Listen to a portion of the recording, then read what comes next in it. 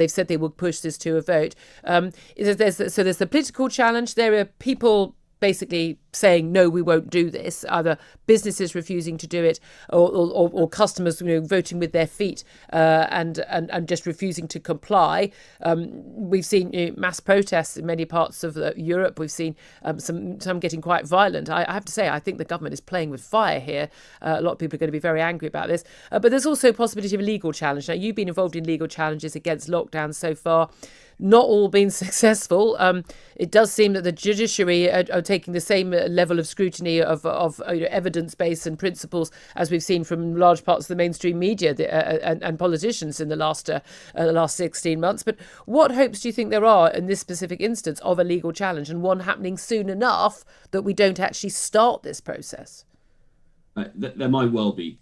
If there is a legal challenge, the point is that this is secondary legislation. If it is to be imposed in that way, as all other legislation has been, that's to say it's imposed by a minister on the basis of another act of parliament.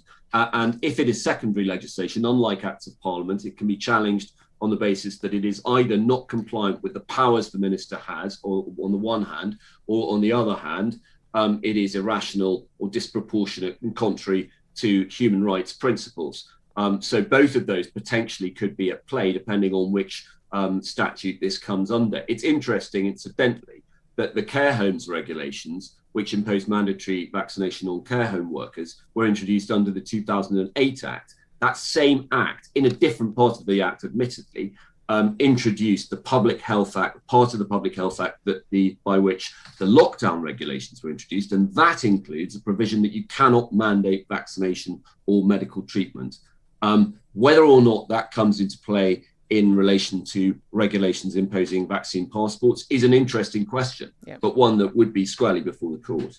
Yeah, I don't really have that much faith in the courts at the moment after some of the decisions they've made, and refusal to even, in some of the cases you brought, to even consider the actual evidence. And I've always thought, actually, it's when things go to court, it's when the requirement to actually produce evidence. And we've seen this in a number of courts in other countries. I think Portugal, looking at the quality of the PCR tests and the number of threshold cycles and things like that. That was actually instrumental in getting a lot of the information out there into the public domain. And in terms of what individual people right now can do, people listening to this right now, a lot of people feel very powerless. Now, I have said really clear, I will not show my vaccine passport. I've had my 2 jabs. I'm very happy to have had my 2 jabs. I didn't feel forced into it. I will not show my proof of my passport to get into my workplace. I will not show it to get into a nightclub, into a bar, a restaurant, or to do anything else. Only place I'm willing to do it is at the border. I accept that the countries have a right to impose those rules on other people entering their country. I've accepted that.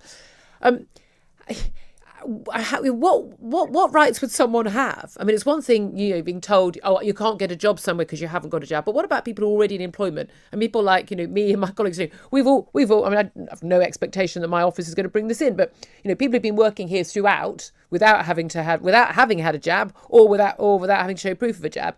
If your boss just suddenly said to you, you can't come in on Monday morning unless you show me proof of your vaccine passport, what can people do?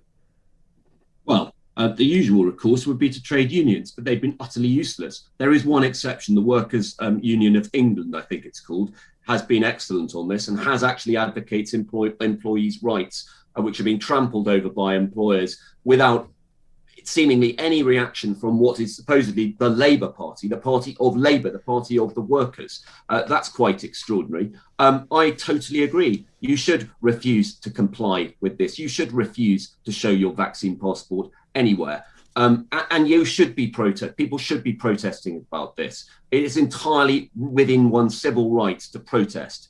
It's a fundamental right, and it's an important right. And it's also entirely within one's fundamental rights to say to your employer, no, you cannot force me to take medical treatment. No, you should not be asking me what treatment I have had, especially given that this, save for very vulnerable groups, this is not smallpox. We're not talking about yellow fever. And in addition to that, of course, what we haven't mentioned is the fact that we all know that double vax people Yeah. get this virus on a very regular basis. Yeah, I mean that's the thing. It is very clear, certainly with the Delta variant. Indeed, I mean we're much more protected from serious hospitalisation, serious disease, and death. But yes, still getting the infection, still able to pass it on. Francis, really good to talk to you. Thank you very much indeed. No doubt we'll talk to you many times in the coming weeks and months about these legal challenges, which hopefully will come.